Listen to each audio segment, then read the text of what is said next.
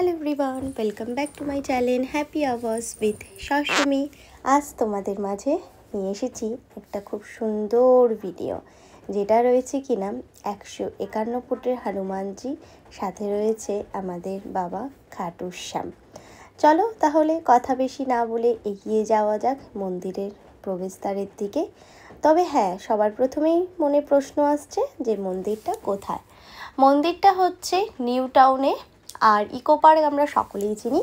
Eco পার্কে 4 নম্বর gate থেকে একদম সোজা পায়ে হাঁটা পথ 10 থেকে 15 মিনিট, তারপরেই তোমরা পৌঁছে যাবে 151 ফুটের শ্রী হনুমানজির মন্দিরে।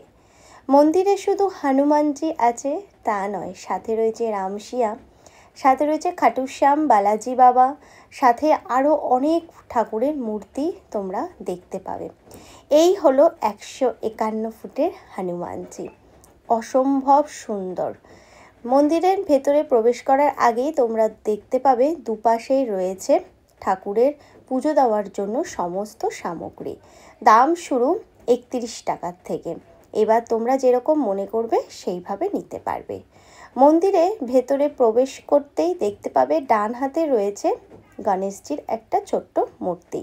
তারপরে মন্দিরের ভিতর প্রবেশ করেই একদম ডান হাতে দেখতে পারবে জটায়ু, যেখানে রাবণ সীতামাকে হরণ করে নিয়ে যাচ্ছিল সেই রামায়ণে, ঠিক সেই সময় জটায়ু বাধা দেয়, সেই সময়ের একটি মূর্তি এখানে তুলে ধরেছে, ভীষণই সুন্দর।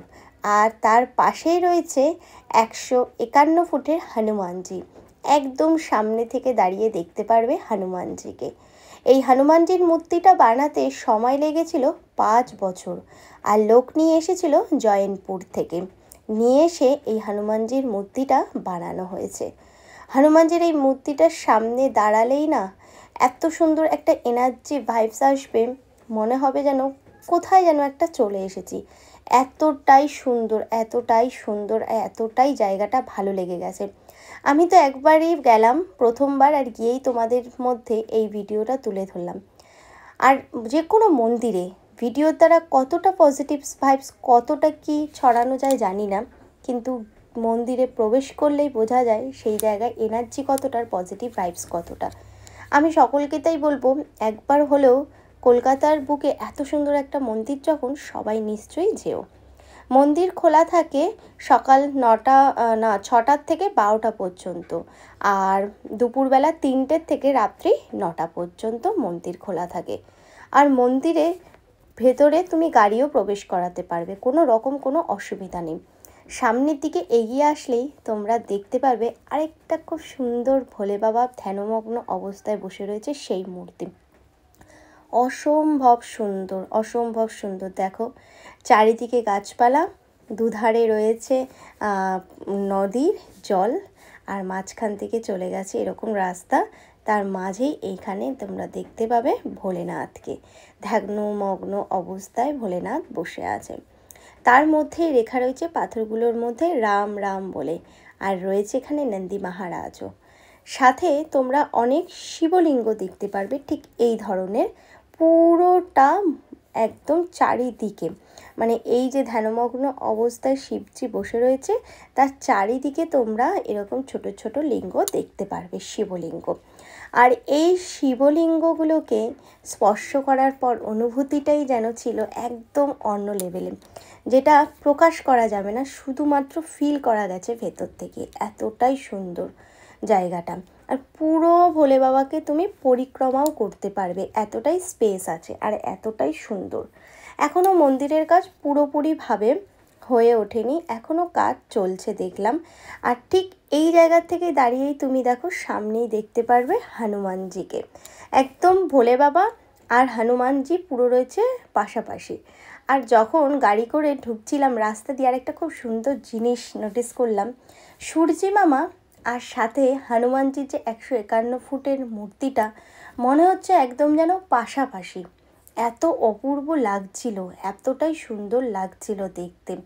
ঠিক দেখো, মনে হবে যেন এখান থেকে না আসি, এখানেই যেন থেকে যাই, এত সুন্দর, এতটাই সুন্দর। ঠিক এবার তার সামনের দিকে এগিয়ে যাব, গেলেই তোমরা দেখতে পারবে খাটুশ্যাম মন্দির, সাথে রয়েছে সিয়ারামের মন্দির। এই মন্দিরের প্রবেশদ্বারে দুধারে রয়েছে দুটি সিংহ, আর তার মাঝ দিয়ে তোমাদের চলে যেতে হবে। বিশাল বড় একটা গাছ রয়েছে, তার মাঝে রয়েছে শিব ঠাকুর, গণেশজি, আর তার বাহাতেই তোমরা দেখতে পাবে খাটুশ্যাম বাবার মন্দির। নিখুঁত হাতের কাজ দিয়ে করা এই মন্দিরটা, পাথর কেটে কেটে বানানো, অসম্ভব সুন্দর, একদম শ্বেত পাথর দিয়ে কাজ করা, সাদা ধবধবে। আর ঠিক এখানটাতে দেখো তোমরা দেখতে পাবে সূর্য দেবতার রথ 7টি ঘোড়ার সাথে, যেটা কিন্তু খুবই ভালো লাগছিল দেখতে। আর ঠিক তার পাশেই রয়েছে আরেকটি ধ্যানমগ্ন অবস্থায় শিবজি, যেখানে ধূপ মোমবাতি জ্বালিয়ে তোমরা পুজো দিতে পারবে। আর ঠিক আমাদের সূর্য দেবতার রথ আর শিবজি ধ্যানমগ্ন অবস্থায় বসে থাকার মাঝখান থেকেই তোমরা চলে যেতে পারবে সিয়ারামের মন্দিরে। মন্দিরটা এবার চলো আমরা খাটুশ্যামের মন্দিরে প্রবেশ করি। এই হলো খাটুশ্যাম বাবার মন্দির, যেটা কিনা অপূর্ব নিখুঁত হাতের কাজ। প্রবেশদ্বারে প্রত্যেকটি শ্রীকৃষ্ণ, দেবী দুর্গার ছবি এরকম ছোট্ট ছোট্ট করে করা, তার মাঝে রয়েছে একটি এরকম ঝালর। কী যে ভালো লাগছে দেখতে, আর এত সুন্দর হাতের কাজ, চোখ ধাঁধিয়ে যাবে হাতের কাজ দেখলে, এতটাই সুন্দর। দেখো কি ভালো লাগছে। আর এই হলো আমাদের খাটুশ্যাম বাবা।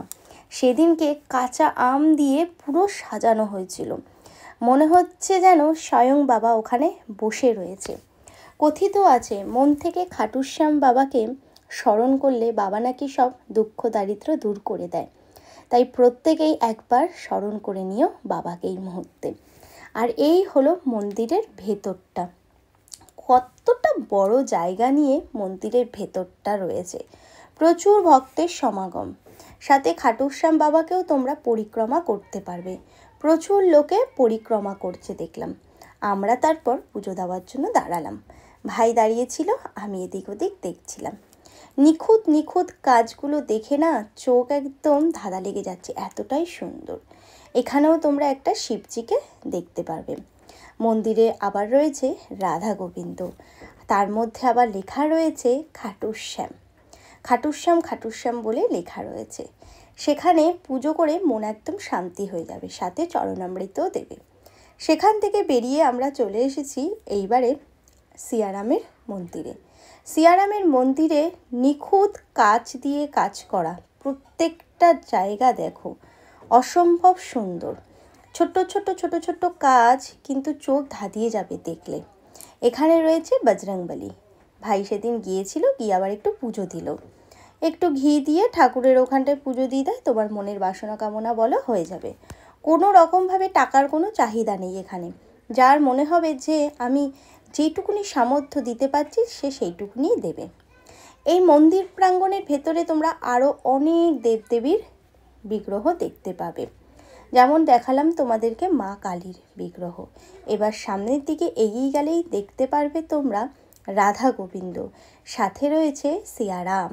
দেখো রাম, সীতামাতা আর লক্ষ্মণ ভগবান, এবং তার পাশেই রয়েছে লক্ষ্মী নারায়ণ। এবং ঠিক তার একটু এগিয়ে গেলেই দেখতে পারবে জগন্নাথ, বলভদ্র আর সুভদ্রা। এত সুন্দর হাতের কাজ বলার বাইরে। তার সামনে রয়েছে একটি শিবজি, আমরা যে মালাটা নিয়েছিলাম সেটা ভাই আবার এই শিবজিকে পরিয়ে দিয়েছে। মন্দিরের ভেতর থেকে তোমরা একটি এরকম দরজা দেখতে পারবে, সেখান দিয়ে আমি ভাবলাম এখান দিয়ে মানে বাইরে বেরোনোর প্রবেশপথ। বুঝতে পারিনি যে এই ভেতর থেকে গেলে এই যে মুখটা দেখছো রাক্ষসীর মতো মুখ, সেই ভেতর দিয়ে প্রবেশ করলে যে আরেকটা মন্দির, এটা আমি ভাবিনি। আমি ভেবেছি হয়তো এমনি একটা মূর্তি যেরকম থাকে সেরকমই একটা কিছু, রামায়ণে যে কথিত আছে গল্পে সেইভাবে। তারপর সেখান থেকে দেখছি কিছু জনকে ঢুকতে, তাই আমিও কিউরিসিটি নিয়ে ঢুকে পড়লাম। ভেতরে ঢুকতেই প্রবেশ করতেই দেখতে পেলাম সেখানে রয়েছে মহাদেবজি। কী যে ভালো লাগছিল, মনে হচ্ছিল ভূগর্ভে প্রবেশ করে মহাদেবের দর্শন পেলাম। পুরো মন্দিরটাই না, পুরো ভেতরটায় ভীষণ সুন্দর সুন্দর কাজ করা, প্রত্যেকটা মন্দিরে দারুণ দারুণ কাজ করা, হাতের এত সুন্দর নিখুঁত কাজ না দেখলে বিশ্বাস করবে না, এতটাই সুন্দর কাজ। সেখান থেকে বেরিয়ে এসে দেখতে পেলাম মাতা জিউয়ের মাতা মন্দির। দেখো মায়ের মুখটা কত মিষ্টি, কি সুন্দর লাগছে দেখতে।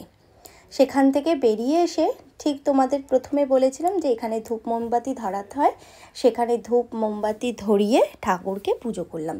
আর এই শিবজির পাশেই কিন্তু রয়েছে ডান হাত দিয়ে, আমি ঠিক যেইভাবে দাঁড়িয়েছি তার ডান হাত দিয়ে প্রবেশ করলে রাম সিয়ারামের মন্দির, আর বাঁদিকে গেলে বালাজি ভগবানের মন্দির, সাথে জিউ মাতার মন্দির, এবং তার উল্টো দিকে রয়েছে খাটুশ্যাম বাবার মন্দির। ভীষণই সুন্দর। আমরা দিনের বেলা চলে গিয়েছিলাম, বেশ ভালো লাগছিল। আর কত লোকের সমাগম হয়েছে দেখলে, প্রচুর লোক এসে দেখলাম পুজো দিচ্ছে, ঠাকুরকে ভক্তি ভরে ডাকছে, পরিক্রমা করছে, সবটা মিলিয়ে না বেশ ভালো লাগছিল। আমরা ওই মন্দির প্রাঙ্গণের ভেতরেই ছিলাম 2 ঘন্টা ধরে, পুরো জায়গাটা ঘুরে ঘুরে সুন্দরভাবে দেখেছি, এতটাই ভালো লাগছিল দেখতে। তার মধ্যে এরকম সবুজ সবুজ পরিবেশ, সুন্দর সুন্দর গাছ, আর তার মধ্যে এত সুন্দর মন্দির, তার মধ্যে এত সুন্দর দেবদেবতা। 5 বার কিন্তু এখানে ভগবানকে পুজো দেওয়া হয়। একদম সকালে ভগবানকে ঘুম থেকে ওঠানো থেকে একদম রাতে শয়ন দেওয়া পর্যন্ত এখানে পুজো হয়। খাটুশ্যাম বাবার মন্দিরে তোমরা আরেকটা পাশে জায়গা আছে রাস্তা, সেখান দিয়েও কিন্তু প্রবেশ করতে পারবে, আর ওই সামনের দ্বার দিয়েও ঢুকতে পারবে। এবার অনেক সময় কী হয়, আমরা প্রথমে যখন গেছিলাম দ্বারটা খোলা ছিল, তার কিছুক্ষণ পরে দেখলাম দ্বার বন্ধ, ওখান দিয়ে আর ঢুকতে দিচ্ছে না, এই পাশ দিয়ে, তাই সেই পথটাও তোমাদের দেখিয়ে দিলাম। পুরো মন্দিরটা ঘুরে এত ভালো লাগলো যে বাড়ি আসতে ইচ্ছা হচ্ছিল না, কিন্তু বাড়ি তো ফিরতেই হবে। আর বাবাকে বলে আসলাম আবার যেন তোমার চরণে আসতে পারি, এই আশীর্বাদ করো বলে সেখান থেকে তারপর বেরিয়ে গেলাম। আর আমরা আসছিলাম ইকো পার্ক দিয়ে, সেখান থেকে হয়ে বাড়ি। ভিডিও ভালো লাগলে লাইক, শেয়ার, সাবস্ক্রাইব।